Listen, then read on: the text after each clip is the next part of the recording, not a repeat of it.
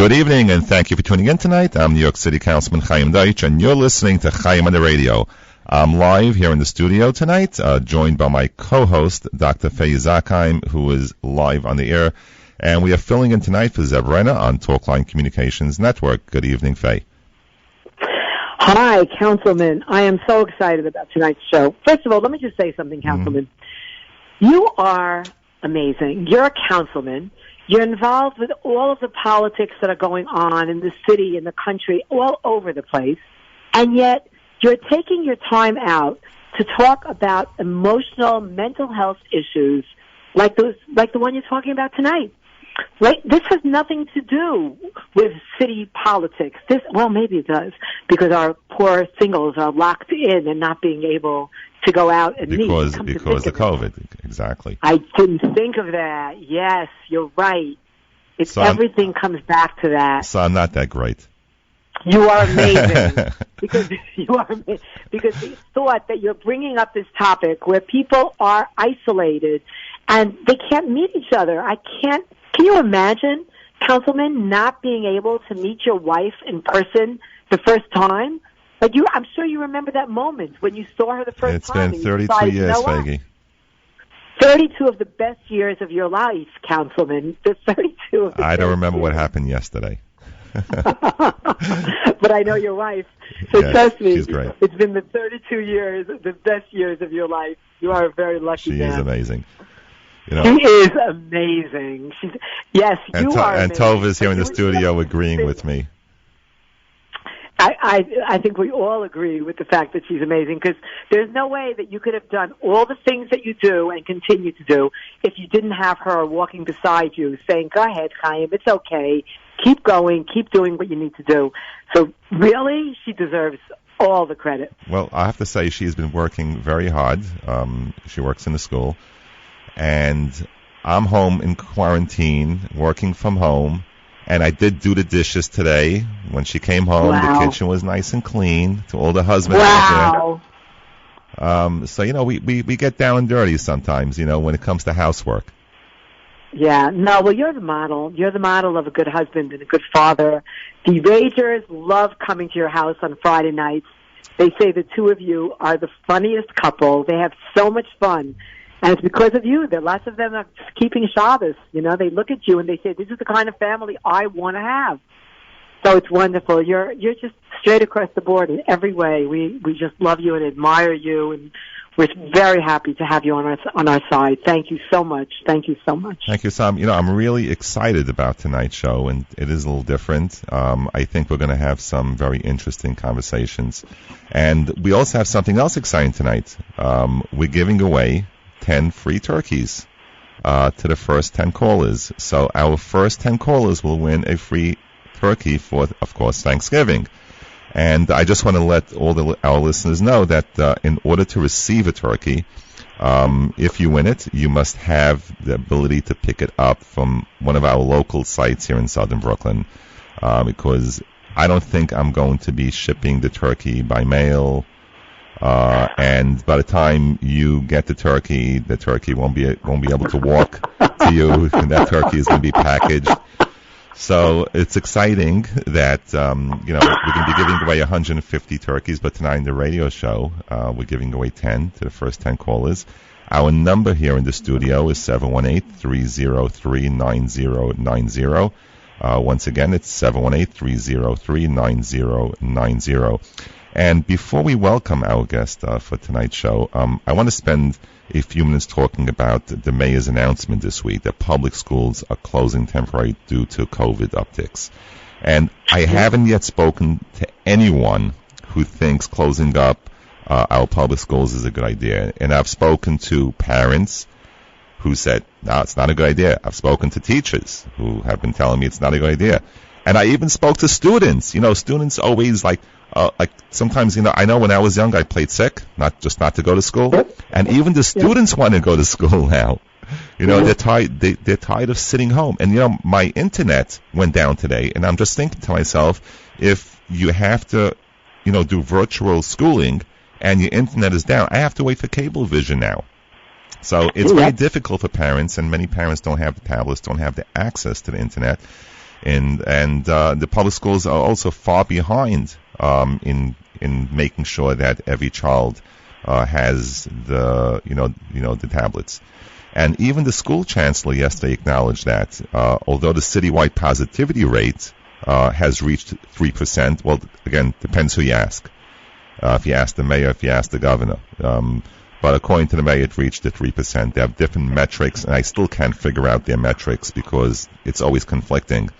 And the positivity figure in rate in schools is below 1%. So it's absolutely ridiculous for city leaders to shut down the school system at this point.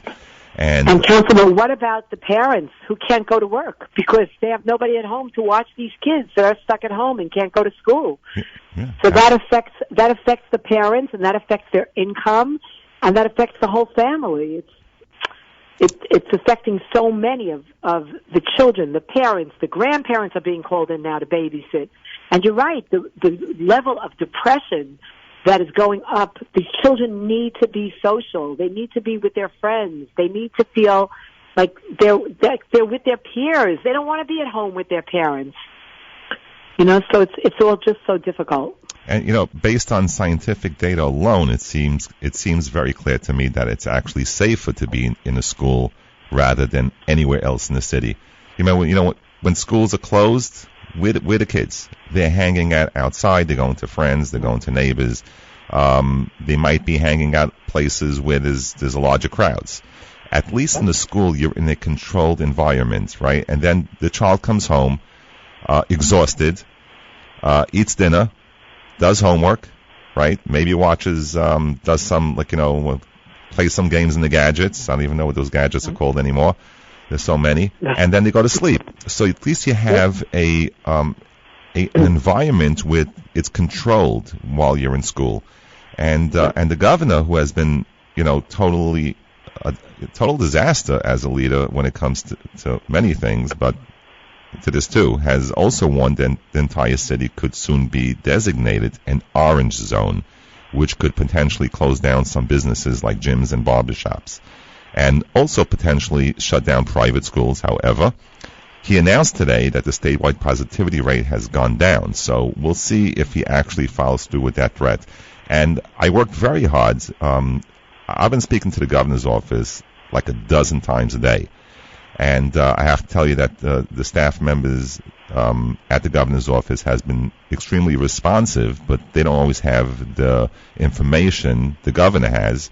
And the decision makers are not as responsive because they're afraid to give out information before the governor gives out the information. And we just got designated in parts, as you know, a large portion of southern Brooklyn was in the red zone, in the Jewish area, of course. And then parts of Borough Park and parts of Midwood went into a yellow zone, while parts of my district were still in the orange zone, where many businesses were able to open, excluding gyms and barbershops. And this week, I spoke to the governor's office beginning of the week, and they assured me they're going to move it to a yellow zone. And now, today, finally, the gyms and barbershops were already able to open up. So I'm going to go for my haircut, probably tomorrow. And maybe even I'll just join the gym too, since they're open. But we have to make sure that we support the businesses locally. And, if you order things online, try to not to do that and to order local. These stores are really hurting, and so we're gonna bring in our guest. But I have some other good news, Faggy. We have very short commercials. It's not going to be the 5-minute commercials. So let's take a commercial break, and then we'll be right back. Thank you for tuning in to KCN Talk Live Network Radio, America's #1 Jewish program.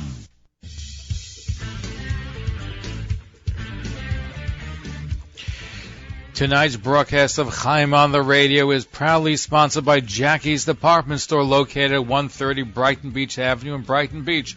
At Jackie's Department Store, you can find everything you need for everyday living at steep, discounted prices. They offer a variety of merchandise, small and large appliances, gifts, children, men, and women's clothing, including fur coats, toys, houseware, blinds, curtains, carpets, and so much more. They even have holiday items, including menorahs. They have everything you need for everyday living. Jackie's Department Store is a family business that has been serving the community since 1986. Located at 130 Brighton Beach Avenue, they're worth a trip from anywhere. Open daily, including Sunday, closed Shabbos. For more information, please call 718-266-7314. That's 718-266-7314. Please keep listening to Chaim on the radio. Jackie's Department Store is a proud sponsor of this broadcast. Thanks for listening. Tonight's broadcast of Chaim on the Radio is also graciously sponsored by Kosher Palace Supermarket, located at 2018 Avenue U at the corner of East 29th Street in Brooklyn. Kosher Palace has been serving the community for over 20 years. They are a one-stop, full-service supermarket featuring everything you need, all at one location. From kosher groceries, fruits and vegetables, bakery, fresh meat, chicken, fish, sushi, fresh delicious takeout, and so much more. They have it all at great prices and the friendliest service in town. Kosher Palace is located at 2018 Avenue U, corner East 29th Street in Brooklyn. Plenty of free parking available. Check out their weekly specials. For delivery and more information, call them at 718-743-1900. That's 718-743-1900, or email them at orders@kosherpalaceonline.com. Kosher Palace Supermarket is proud to be a sponsor of Chaim on the Radio and urges you to listen every Thursday night to Councilman Chaim Deutsch and his informative program. KCN Talk Line Network Radio, America's #1 Jewish program. Welcome back, and you're listening to Chaim the Radio, 620 on your AM dial. You're listening to Talk Line Communications Network, and I'm here live on the air with my co-host, Dr. Faizak Chaim. And we are pleased to welcome our first guest, Glen Bolofsky, who is a CPA and the CEO of ParkingTickets.com, and Glen is an expert of all things ticket-related here in New York City. And I'm fortunate to have met Glen in City Hall. And Glen, thank you for being with us on the show tonight. And how are you? Great. Thank you so much. And thank you for having me on the show with you tonight, Councilman Deutsch. It's great to have you, and I miss you. I miss seeing you. And I always say you're one of the nicest people I know. And so sweet of you. And I feel the same way. And your team and your staff, I mean, they're all have the same menschness, if that's a word. Yeah, well, listen, we could always make up words. Don't worry about it, Glen. So, Glen, I just want to tell you that we're going through such difficult times during COVID, and also with our administration. Just now, the governor and the mayor closed up public schools, right? Most recently, we had a large part of southern Brooklyn in the red zone, and I kept on asking the administration, why aren't you suspending alternate side of the street parking? Now, if people need to quarantine, if people need to isolate, right? And what's most important is that when schools are closed, right, you need to sit there with the kids while they're doing virtual schooling. So how can you juggle? How can a parent juggle and then run out and move their car, mind you, for an hour and a half, right, if there's no parking, because everyone's home. Schools are closed, right? So everyone's home, and you have to now sit in your car for an hour and a half while your kids are inside, hoping that they're on the tablets, listening to the teacher. Now, when someone does get a summons, when alternate side of the street parking is not suspended, how can one fight that? Well, the first thing is a policy issue, right, where the mayor could suspend the alternate side parking rules, but he's chosen not to. And the real shanda here is not just that he hasn't suspended it for individuals, but, you sponsoring a bill, an early sponsor of a bill that makes fines fair across the board. Right now, large package delivery companies who are thriving, they only pay $20 for the same fine that our friends in the community pay $65 for. And that just seems outrageous, right? Just totally wrong for them to allow that average guy or woman who's maybe struggling possibly to get by, which is typical. The poverty rate is very high, and people are out of work, paying more than 3 times. And this is a program that is a corrupt program because it discriminates, obviously, against most people who are not even eligible. So even people who are on the poverty level or two members of the household that are working families are not eligible to get the fine reduced to 20. So how does that work? Tell our listeners, so how does that program work? So if you're a trucking company and you have a fleet of trucks, like, for example, UPS or FedEx, right? They have to sign up for the program. Tell our listeners how it works, how they sign up, and how much they actually pay for the ticket, or if they pay anything. Sure. Well, they sign up for free. There's not even a country club membership here. It's not like $100 a vehicle or something rational like for these big companies like $25,000 a year per vehicle to use our city streets, because these big companies, the very big fleets that have 5,000 units, not the guys, even big guys who have 100 or 200, those guys are struggling too.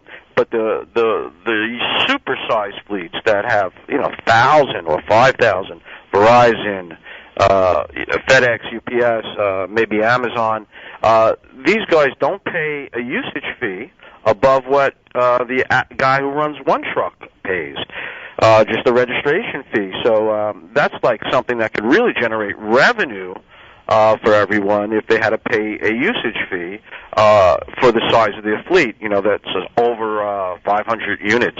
So how much is a double parking ticket?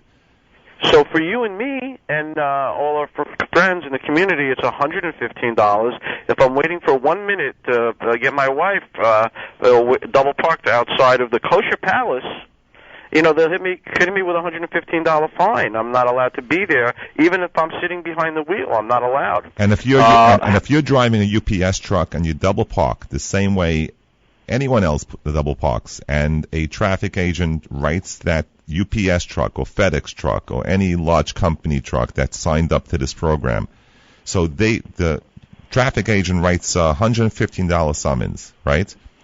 How much of that $115 does that company actually pay the city?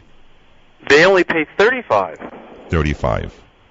And versus forgive me when I say it, the poor schnook, the poor fella, who's struggling, with many children to feed, many mouths to feed, and his wife is struggling also, to make a potato go a long way. He's paying $115. That's a crime. That's just wrong. And it's lopsided. This is not something that anybody can stand behind and say they're an administration for the people. This is what's, that's what City Hall says. We're an administration for the people.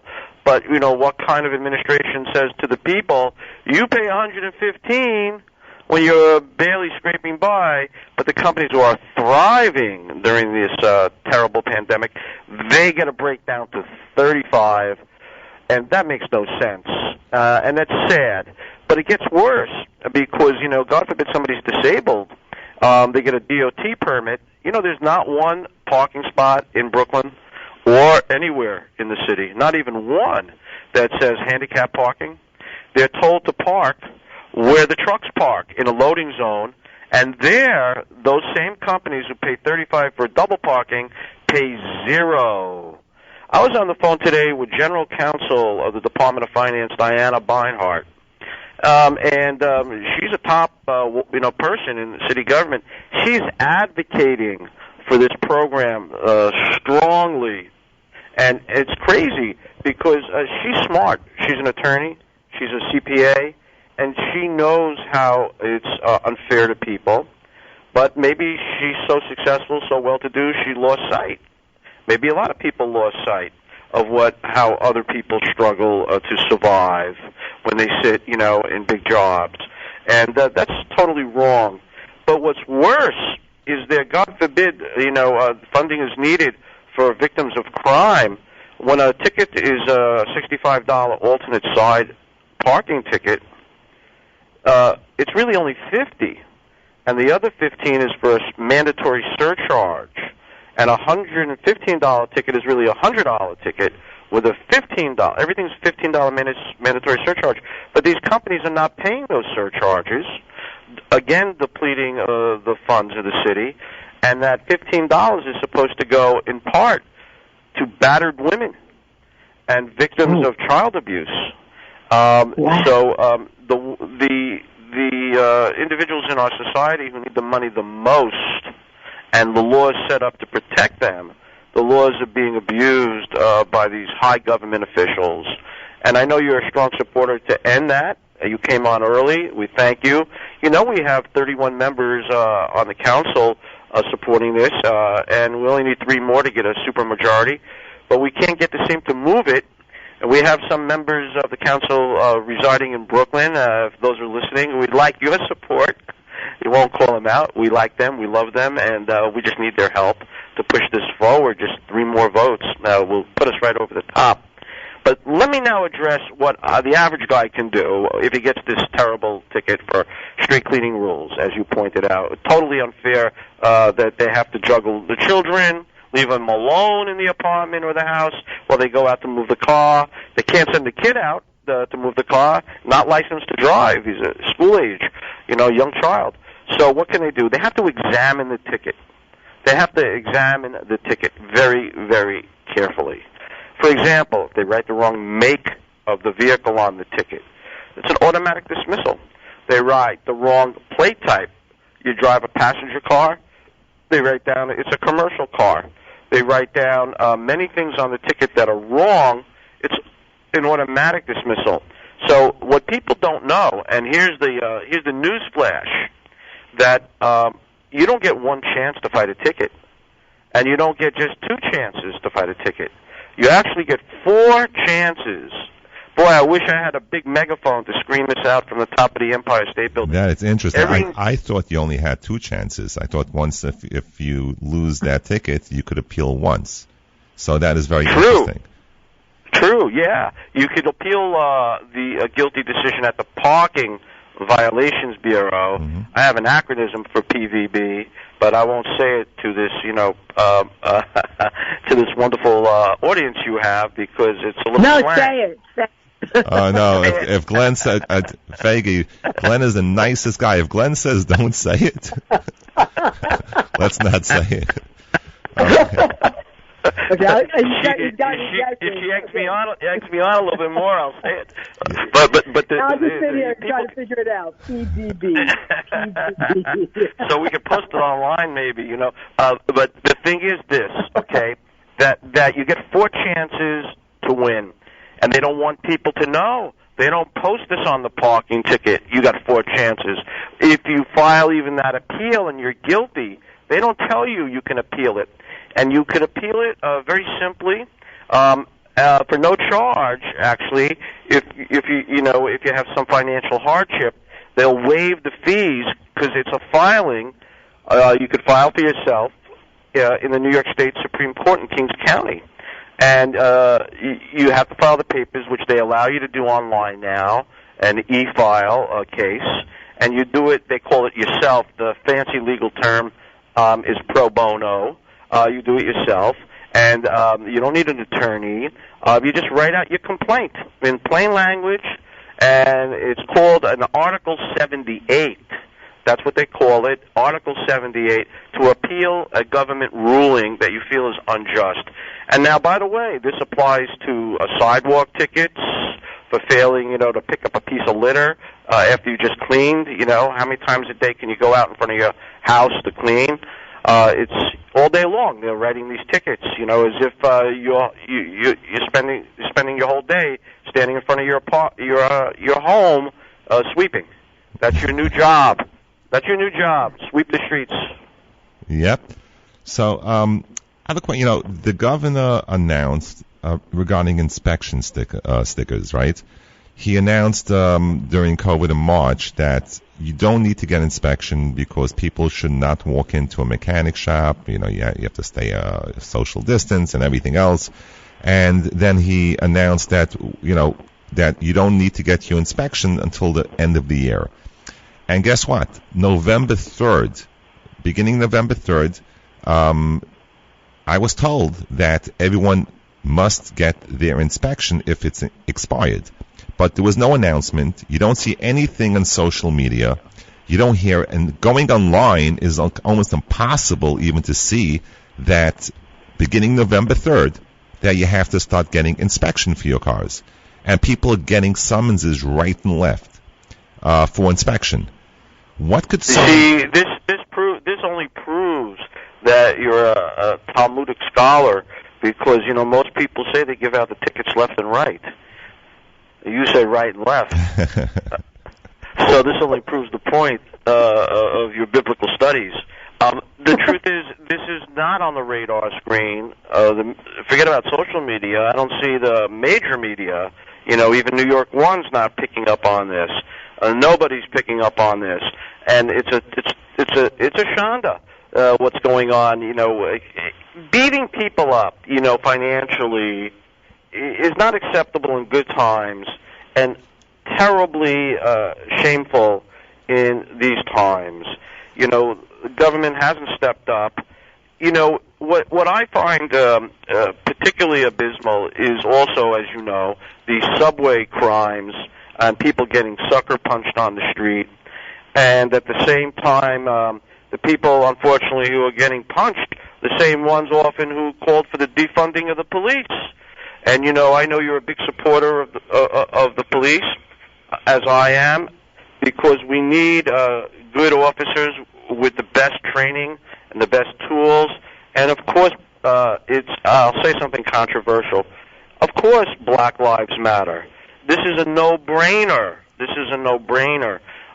But of course, everybody, including all my friends in the African American community, also need the police to protect them from all kinds of crime, whether it be physical crime or white-collar crime, any kind of crime.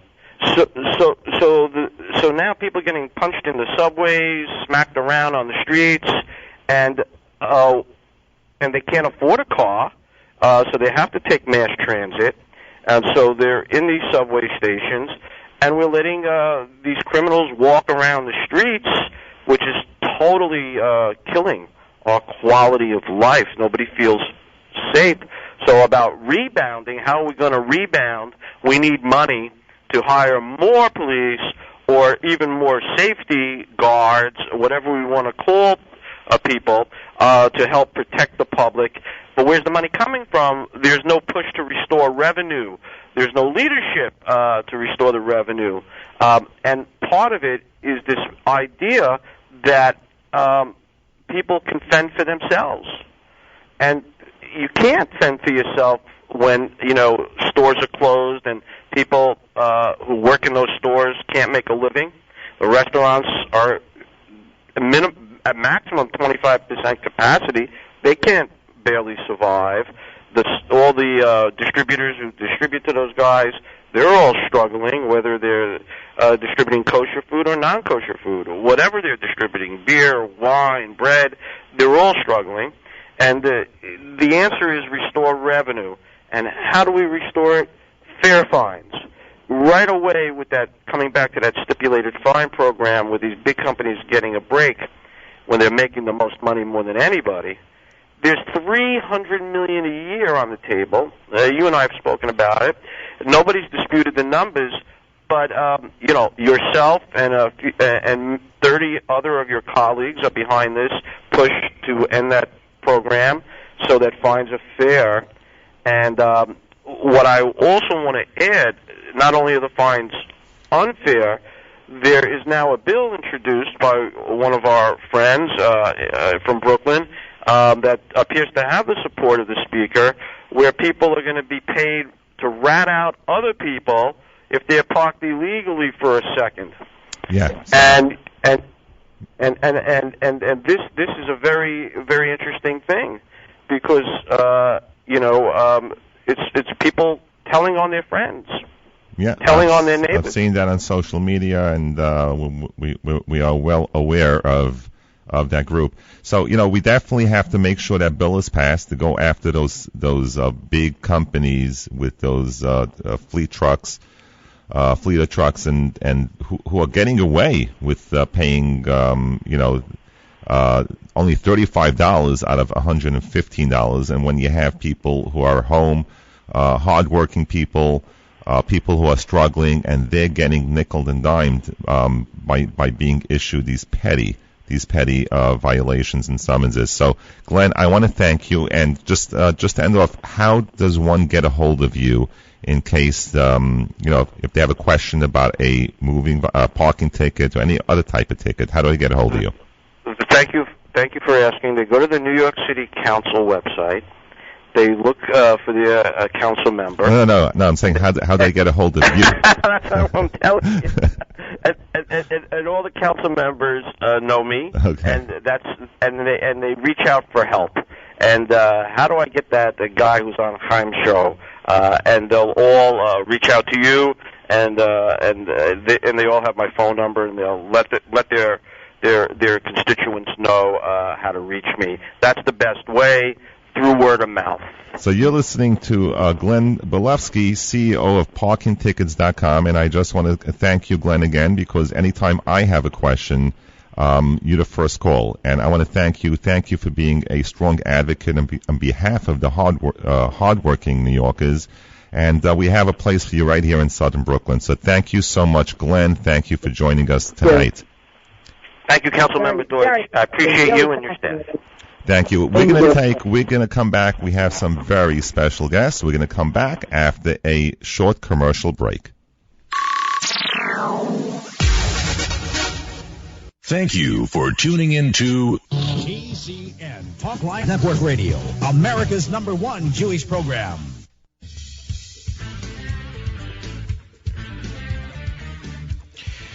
Tonight's broadcast of Chaim on the Radio is proudly sponsored by Jackie's Department Store, located at 130 Brighton Beach Avenue in Brighton Beach. At Jackie's Department Store, you can find everything you need for everyday living at steep, discounted prices. They offer a variety of merchandise, small and large appliances, gifts, children, men, and women's clothing, including fur coats, toys, houseware, blinds, curtains, carpets, and so much more. They even have holiday items, including menorahs. They have everything you need for everyday living. Jackie's Department Store is a family business that has been serving the community since 1986. Located at 130 Brighton Beach Avenue, they're worth a trip from anywhere.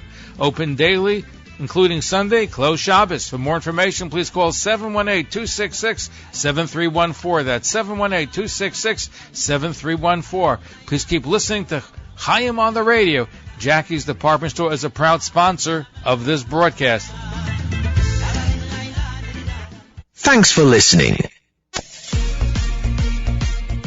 Tonight's broadcast of Chaim on the Radio is also graciously sponsored by Kosher Palace Supermarket, located at 2018 Avenue U at the corner of East 29th Street in Brooklyn. Kosher Palace has been serving the community for over 20 years. They are a one-stop, full-service supermarket featuring everything you need, all at one location. From kosher groceries, fruits and vegetables, bakery, fresh meat, chicken, fish, sushi, fresh delicious takeout, and so much more. They have it all at great prices and the friendliest service in town. Kosher Palace is located at 2018 Avenue U, corner East 29th Street in Brooklyn. Plenty of free parking available. Check out their weekly specials. For delivery and more information, call them at 718-743-1900. That's 718-743-1900, or email them at orders@kosherpalaceonline.com. Kosher Palace Supermarket is proud to be a sponsor of Chaim on the Radio and urges you to listen every Thursday night to Councilman Chaim Deutsch and his informative program. KCN Talk Live Network Radio, America's #1 Jewish program. Welcome back, and you're listening to Chaim on the Radio, 620 on the AM dial. And I'm excited to welcome two very special guests to discuss a very interesting topic. We're not going to go after the mayor and the governor right now. We're going to be speaking about dating during COVID. Yes, you heard that. Particular shidduch dating. And for those of our listeners, maybe we'll hop around in between. But for those of our listeners who may not know, shidduch dating is how many Orthodox Jews choose to date, and it's a process of dating only for the sake of marriage and being set up by a matchmaker, other known as a Shadchan. The matchmaker's job is to collect information, often found on a personal resume of an individual, and then that matchmaker pairs the two singles together for dating purposes. And having a matchmaker as the middle person often helps singles to feel very comfortable with the process and removes some of the pressure. And I tell you, I'm married now 32 years. I wasn't set up by a matchmaker or other known as a Shadchan. I met my wife, and as soon as I saw her, I said, "Yeah, that's my girl." But anyway, not everyone goes on a shidduch date, and we are pleased to welcome a longtime Shadchan, Lisa Elefant, to the show. And Lisa is the director of Adopt a Shadchan and a very well-known and successful matchmaker here in Brooklyn and beyond. And we're also joined by Rachel Fried, who is a single girl from Rockaway, Queens. Rachel is joining us to speak about dating from the singles perspective, and we are so excited to have her. So welcome, Lisa, and welcome, Rachel. Hi, thank you so much for having me. Hi, Lisa, how are you? Hi, Rachel. Thank you so much for having me. I really appreciate being here. I think it's really important for singles to have a voice in the community, so I'm grateful to be here. Well, you always have a strong voice. Let's hear from Lisa first. So Lisa, you are a professional and very well-known matchmaker. How has COVID impacted dating both in the shidduch world and in general? So, if I can, I'd like to kind of rephrase that question to how has COVID not impacted shidduchim in 2020, dating in 2020? As if shidduchim weren't complicated enough. I mean, Chaim, you were lucky. I know your wife forever. You chose well. You're amazing. But today it's a lot more challenging. Back then we didn't have resumes. We didn't have a lot of the hoops that we have to jump through today. So when COVID hit, obviously it didn't ask us if we were ready for it. We were all just totally and completely caught by surprise. And the first question on every single's mind and Shadchanim's mind were, how in the world were we going to get dates going? As a single, how will I get a date on lockdown? How is it even possible? How will I meet new people? And if you were already dating, the question was, where am I going to be able to go? How am I going to be able to continue dating this guy? So the seeds were already planted, at least for me, about a year ago. I co-founded Adopt a Shadchan with Rochi Giberstein and Daniela Feldman, two really close friends of mine. And I started a WhatsApp group. We're about now 175 female Shadchanim, or all over the country. And we started to do, when COVID hit, we started to do what we do best. And we started to improvise. And we realized that, all right, things are not going to be normal for a while. And we got to figure out what's the plan. What's the plan for all the people that are, relying on us? So the first thing we did was we started to reevaluate venues. We started gathering locations, basements, storefronts, where couples would be able to go to date, safely and somewhat normally. And at the end of the show, I'm going to actually just ask. We have a separate email. We have. We're forming groups of locations because now that it's getting colder and people have to go inside, of where people can actually go and date, get a cup of coffee, obviously, in a safe way. The second thing that we started doing once we started getting locations ready was we just continued to suggest ideas. We were just going stronger than ever. The message that I want to convey tonight to singles, to all parents of singles, is not to give up. It's just to really stay positive. I've seen incredible miracles happen in terms of dating, and the amount of couples getting married is far surpassed anything that I ever thought possible. So, yes, these are hard times, but we're coming up with new and innovative ideas, and they're working. And it must be when March hit, when COVID hit, right? People are dating, they're going out on dates, and then all of a sudden COVID hit in March, April, and then everything stopped. What's that, Rachel? I think you have your radio on in the background, or I hear static. So anyway, so March and April, and everything stopped, right? So and people were wondering, how can I go out on a date? Restaurants were closed, right? You couldn't even go to a restaurant.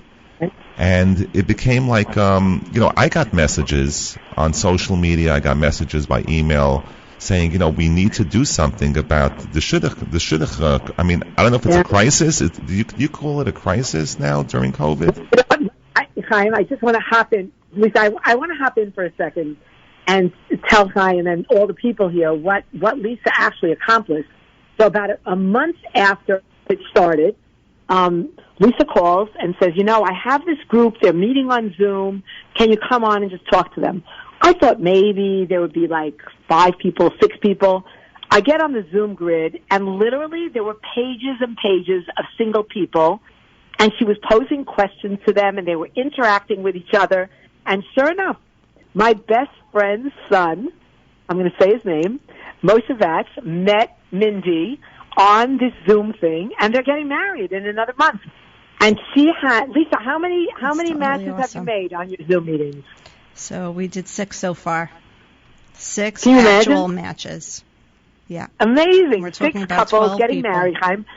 So we think like all these singles are sitting at home and they're paralyzed and they're not going out on dates. But Lisa has managed to get all of them out there on this Zoom, meeting each other. And then after they meet on Zoom, she organizes them meeting in backyards. I had a couple of dates go on over here at my house. And it's great. It's just so amazing. actually, so you have no excuse when you come late. Like you can't say, "Oh, I came late to a date," unless the internet's down, of course, right? But otherwise, it's like a lot easier. I think maybe people have been out of the offices, right? And everything's over Zoom. So do you think things are going to change now? In the future, even after COVID, by saying let's do Zoom. I don't have to go into my car. I don't even have to get dressed, right? And I could do everything. I could do everything on Zoom. Do you think things are going to change when it comes to going down in shidduchim?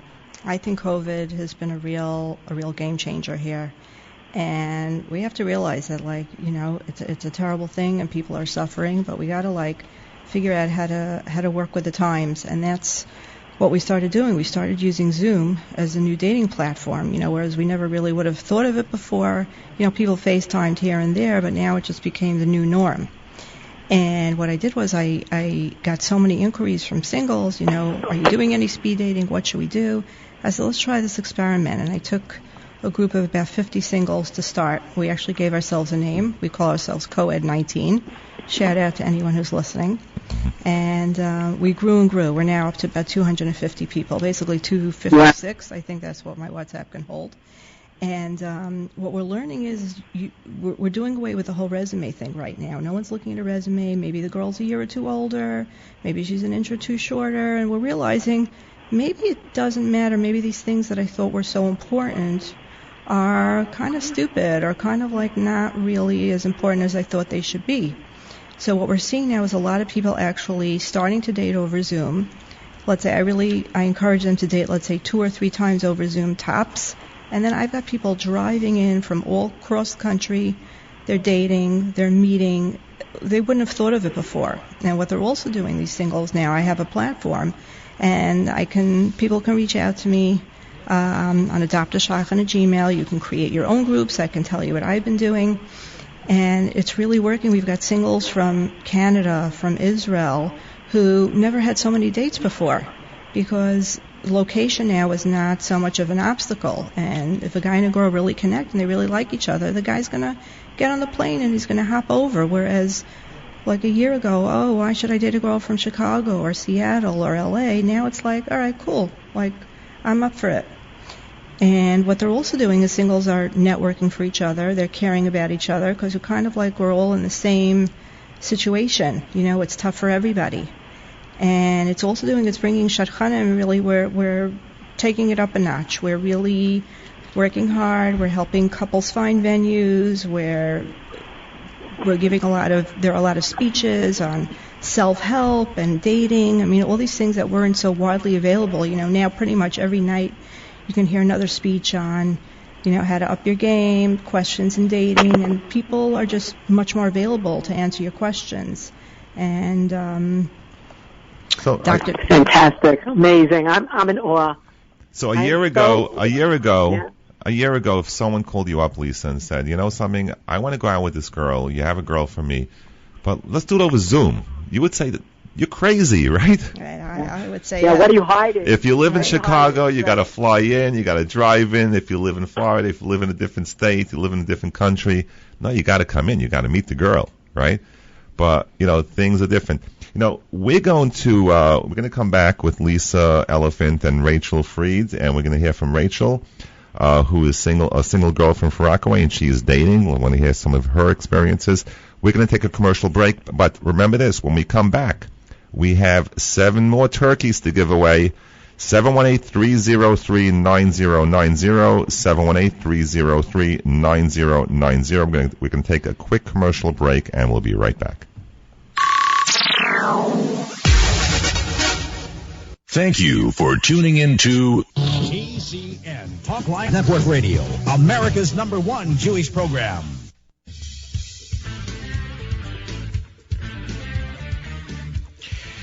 Tonight's broadcast of Chaim on the Radio is proudly sponsored by Jackie's Department Store, located at 130 Brighton Beach Avenue in Brighton Beach.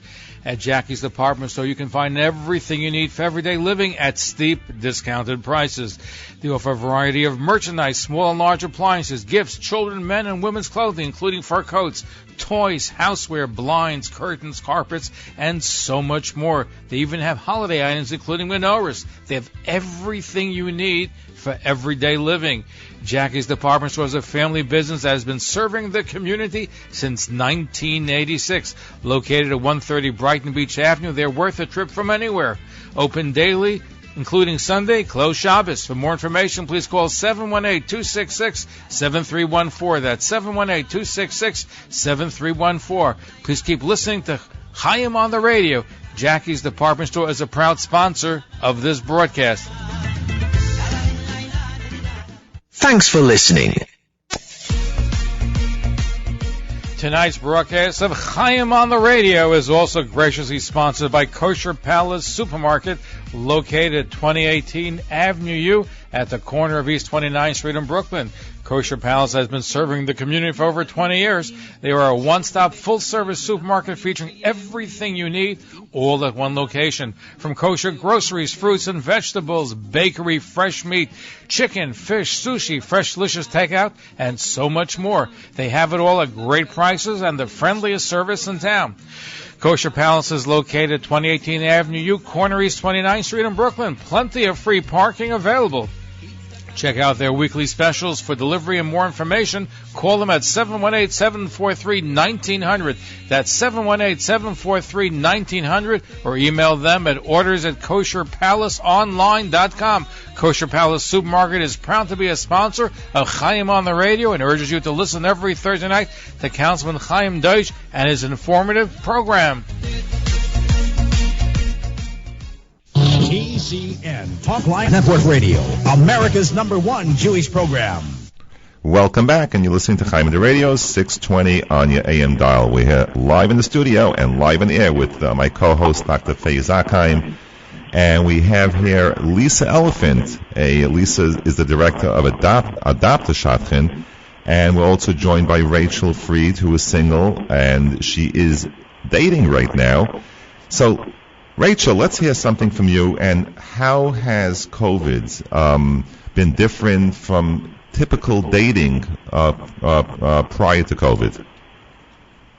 Well, I think it's been entirely different, Councilman. I think that the whole idea of transforming your life onto Zoom as opposed to meeting somebody in person is entirely revolutionary, both in the positive and in the negative. I think, like some of you mentioned, it's a great opportunity to be home in perhaps an elegant top, pajama bottoms, in the safety of your home, on a couch.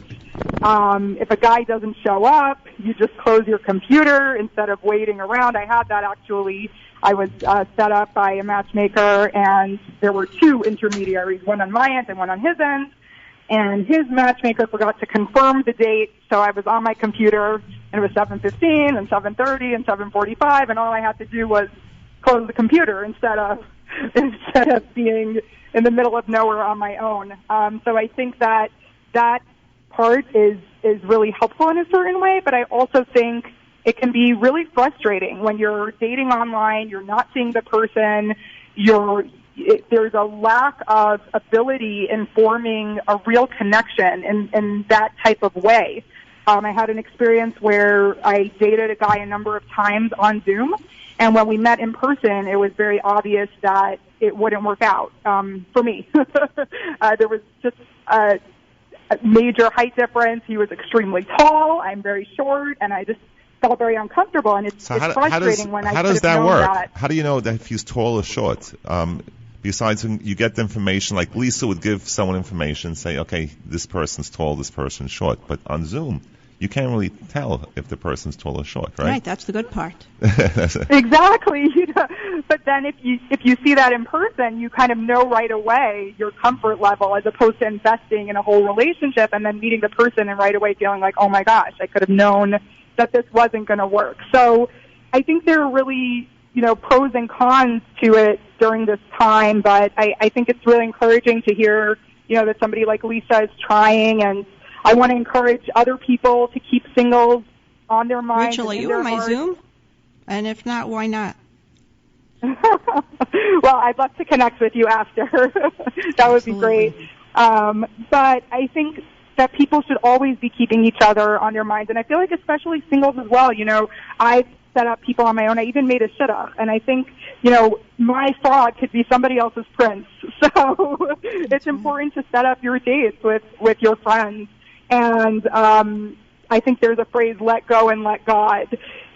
That's relevant at any point, especially now, to try to go with the flow. If something doesn't work out, it didn't happen well, just to keep going. And I think the guys as well, there's so much that they can do to make the process more smooth.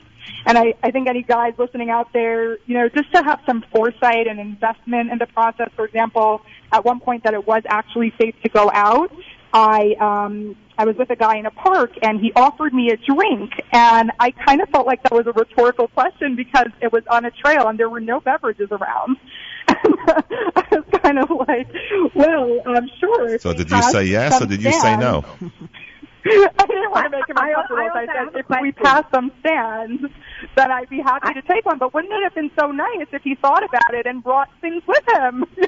Right. So I have a question for both of you. I don't know if it goes to Lisa or if it goes to our single person.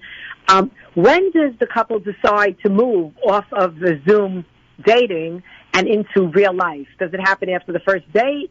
Like, when do they go? Like, when do they say, okay, let's take the plunge and let's see each other? When does that happen? So I personally went. Okay, you go, Rachel. First. I mean, for me, it was a very pragmatic type of issue where the guy had just been sick, so I had to wait for long enough for him to be better, for me to meet. So I felt like at various points, it's really been a pragmatic issue. Like, was the guy sick? Is he sick now? Has he just been around someone sick? I don't know if there was such a science, but Lisa perhaps can give the science of it. Right, so I was experimenting a little bit, and what I found with couples is that I let them go on a maximum of 3 Zooms, and I didn't let any Zooms. I mean, I told them not everybody listens to me, but I really recommended not more than 45 minutes to an hour per Zoom. So, and if they couldn't see each other in person after the 3 Zooms, they should kind of wait until they were able to see each other in person, because, you're definitely missing that in-person vibe, and that is very important. But it's also enough to kind of make a connection with somebody that maybe you wouldn't have considered before. And just one other observation that I was talking to another Shadchan about a couple of months ago, and she was telling me that during Hurricane Sandy, there was a major shidduch that went down right after the hurricane. A guy in his 40s, and he was dating the same girl for years, and everybody was scratching their heads. They asked him, what made you change your mind? Hello, we've been waiting for this. And he said, you know what? The hurricane happened. I saw how, short life could be, and it just really, really got me thinking. And I think the same thing kind of happened now with COVID, when we're just so our minds are just blown, and we just see like what our priorities need to be, and it really gets people thinking. And I think that actually it's during this time, as lonely and sometimes you feel like you're so locked down, it's really been freeing up a lot of people's minds, and just keeping them open to more options. Fabulous. Lisa, what's the best story that you have from a Zoom meeting? Oh my gosh, I've got so many. I mean, we've got Zoom speed dating stories where, I had a couple going out on Zoom and they broke up, and then I kind of oops, by mistake, putting them back in again together in a Zoom room, which you can kind of stuck with a person for 10 minutes, and they're both wildly texting me on WhatsApp. You put me in the room with her, you put me in the room with him, this is not good, this is not good. I'm like, listen, you just got to wait it out the 10 minutes. And then they started dating again. And I don't know where it's going to go, but it's definitely going to go again. So you can get a little bit creative on Zoom. You're a little That's bit... Really, you can get, I have one more away with the question. lap. Do people really, like you mentioned before, that people don't care so much about how tall the other person is, or about things that are that now they're considering more trivial? Is that really true? Does that really hold true? 100%, and you can ask almost all of the 6 couples who Shadchan I made over there. 2 or 3 of them had known each other from before, or had met at different events and just didn't pick up on each other for whatever reasons. You ask almost all of these couples, they would say if this would have come in standard resume form, just like a Shadchan saying oh, I thought this was a great idea for you, they just wouldn't have picked up on it. They just wouldn't have. So I'm incredibly thankful to Hashem for really planting this idea in my head.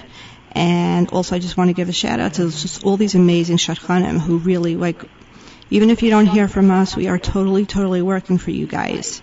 And I also want, if I can, Chaim, to give out an email address. I'm really encouraging people who have stores, who have basements, it's getting cold out. If you got a nice place to offer a couple to go out on a date, it would be really awesome if you can get in touch. We actually have a name for this group that we're putting together. We call it Lehman's Locations. And we've got locations all over Brooklyn, 5 towns, Muncie, Lakewood, to try to help people out. People have been incredible. So I'm just going to give out the email of Mrs. Lehman, and if you have a place to offer, please let her know. So you can please WhatsApp or text her. Her number is 845-494-1071, and her email is caringandpairing613@gmail.com. And I would just also love to end off, if I can, with just to tell everybody to check us out on adoptashadchan.com. We're we're launching a brand new database and amazing events to come, so check us out. Thank you so much, and I want to thank you, Lisa, for joining us tonight. And Rachel, thank you for joining us. And I just want to say, I don't want to talk about this too often, because if the governor and the mayor find out about the Shadchan thing, they're going to start making people carry thermometers to the shidduch dates and masks, and if you don't get it, they're going to start issuing summonses. But until next week, until next Thursday, I want to wish everyone a Shabbat Shalom, and I want to thank our wonderful guest for being here tonight.